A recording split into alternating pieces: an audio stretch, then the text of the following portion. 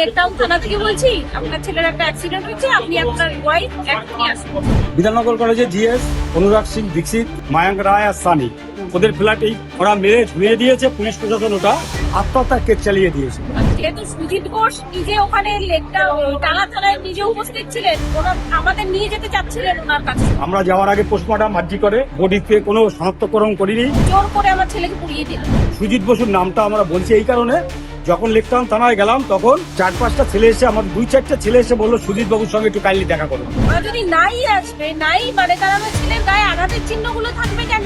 মুখ্যমন্ত্রীর সঙ্গে যেটা যার জন্য আসছিলাম, উদ্দেশ্য সফল হয়েছে। 2024 সালে 13 এপ্রিল আমার ছেলে মার্ডার হয়। শ্রীভূমিতে আমার ছেলে থাকতো আর কি, ওর বন্ধুদের সাথে 4 জন একসাথে থাকতো। বিধাননগর কলেজে জেনারেল সেক্রেটারি অনুরাগ সিং দীক্ষিত, মায়াঙ্ক আর সানি 4 জন থাকতো। 13 তারিখ সকালে আমাদের ফোন যায় যে লেকটাউন থানা থেকে বলছি, আপনার ছেলের একটা অ্যাক্সিডেন্ট হয়েছে, আপনি আপনার ওয়াইফ এখনই আসুন। পরে দেখা গেল ওটা ট্রুকলারে দেখলাম যে অনুরাগ সিং দীক্ষিতের নাম। যদি আমাদের থানা থেকে ফোন করে তাহলে পুলিশের নাম্বার হবে, অনুরাগ সিং দীক্ষিতের নাম্বার। এরপর আমি কল করতেই থাকি, ফোন রিসিভ করে না। ওর দুটো নাম্বার আমার কাছে সেভ করা ছিল, যেহেতু আমার ছেলে ওর সাথে থাকে, ওর নাম্বারটা আমার কাছে ছিল, রিসিভ করে না। যখন আমরা যখন আমরা দমদমে আসি তখন ফোনটা রিসিভ করে, বলে আপনারা কোথায় যাবেন। আমি তার আগে আমার ছেলের ফোনে ফোন করছিলাম, তখন কোনো একজন ফোনটা ধরেছে, ধরে বলছে আপনারা আরজি করে আসেন, আরজি করে ইমার্জেন্সিতে আসেন, অ্যাক্সিডেন্ট হয়েছে এমার্জেন্সি যেতেই পারে। তা বললো এমার্জেন্সি যাবো, বলে একদম না, সোজা থানায় যাবেন, থানার কাজ মিটিয়ে তারপরে হসপিটালে আসবেন। থানায় গেলাম আমরা যথারীতি, আমাদের 1 থেকে 1.5 ঘন্টা ওখানে বসিয়ে রাখলো, বললো আপনার ছেলের কিচ্ছু হয়নি, আপনার ছেলে ভালো আছে। বসিয়ে রেখে ওরা পোস্টমর্টম করেছে। আমরা ছেলেকে দেখলাম না, ছেলে ঠিক আছে সুইসাইড করেছে, হ্যাঙ্গিং হয়েছে, আমরা দেখলাম না, আইডেন্টিফাই করলাম না, কোনো ডকুমেন্ট দিলাম না, কি করে পোস্টমর্টমটা হয়ে যায়? পোস্টমর্টম করে 7টার সময় বডি আমাদের দেয়। কত লোক হাতে কাগজ নিয়ে দাঁড়িয়ে আছে পোস্টমর্টম করবে, তাদের কারো বডি হলো না, আমার ছেলে বডি হয়ে গেল কাগজপত্র না দিতে। এবার আমরা বাড়ি নিয়ে যাব, ওরা নিজেরাই সরবরাহ ভাড়া করে বাড়ি পাঠিয়ে দিল। পোস্টমর্টমের রিপোর্ট কিছু এসেছিল? ওদের মন গড়া, আচ্ছা, ওদের মন গড়া, ওরা পোস্টমর্টম করেছে ওদের মন গড়া। এবার যেদিন হ্যাঙ্গিং হচ্ছিল সেদিন কি ওরাও ছিল? নিশ্চয়ই ছিল, না থাকলে নিশ্চয়ই এসেছে না। ওরা যদি নাই আসবে, নাই মানে তার আমার ছেলের গায়ে আঘাতের চিহ্নগুলো থাকবে কেন? এটা সবচেয়ে বড় কথা। স্থানীয় পুলিশের দ্বারস্থ হয়েছিল? স্থানীয় পুলিশ বলতে আমাদের রোহিঙ্গা থানা কেস করতে চেয়েছিলাম, এফআইআরটা করতে চেয়েছিলাম, নেয়নি।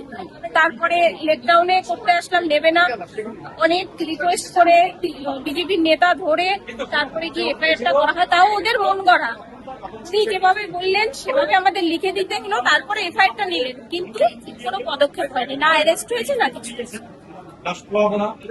এমনকি শ্মশানে যখন নিয়ে গেলাম 4 গাড়ি পুলিশ, জোর করে আমার ছেলেকে পুড়িয়ে দিল। ওর বাবা যখন দেখলো ওর গায়ে আঘাতের চিহ্ন, তখন ফেরত নিয়ে আসবো, বলছে আমরা আবার পোস্টমর্টম করবো।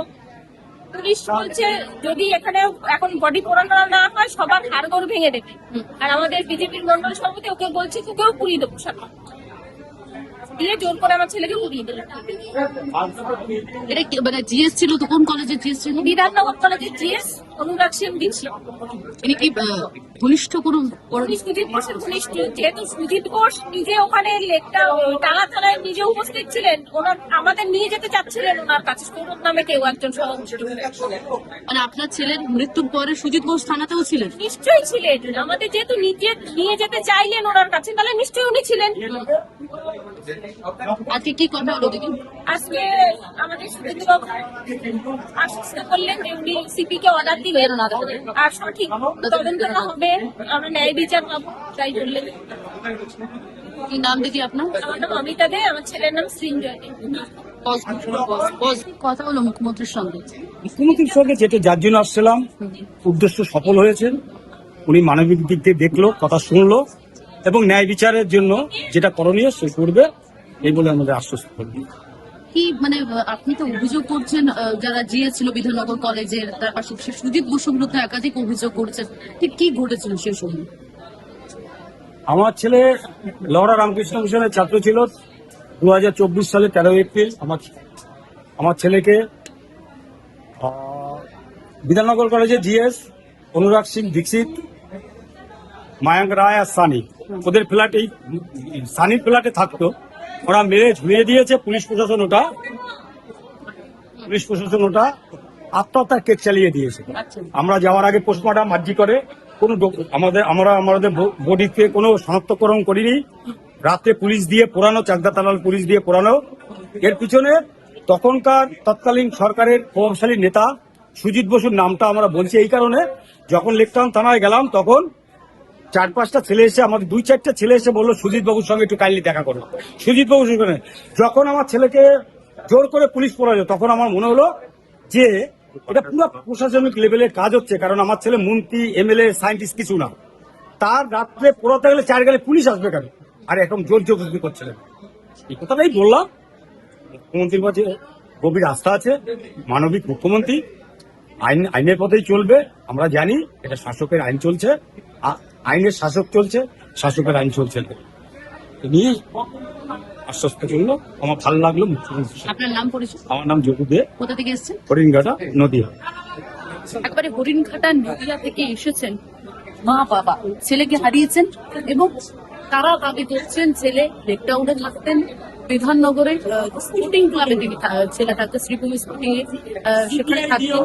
এবং তার পাশাপাশি যে অভিযোগ উঠছে জিএস এর বিরুদ্ধে, শুধু তাই নয়, সুজিত বসুর বিরুদ্ধেও একাধিক অভিযোগ চলতে, তার ছেলে, তাদের মৃত্যুর পিছনে তাদের ভাগ রয়েছে, এমনটা কিন্তু অভিযোগ জানাচ্ছেন। ক্যামেরায় শুভদেবের সঙ্গে সমরের উপর বাংলা হাট সর দেখবেন। আরো ভালো ভালো খবর দেখতে সাবস্ক্রাইব করুন বাংলা হান্টের ইউটিউব চ্যানেল। বাংলা হান্টের আরো খবর দেখতে নজর রাখুন। বাংলা খবর মানেই বাংলা হান্ট।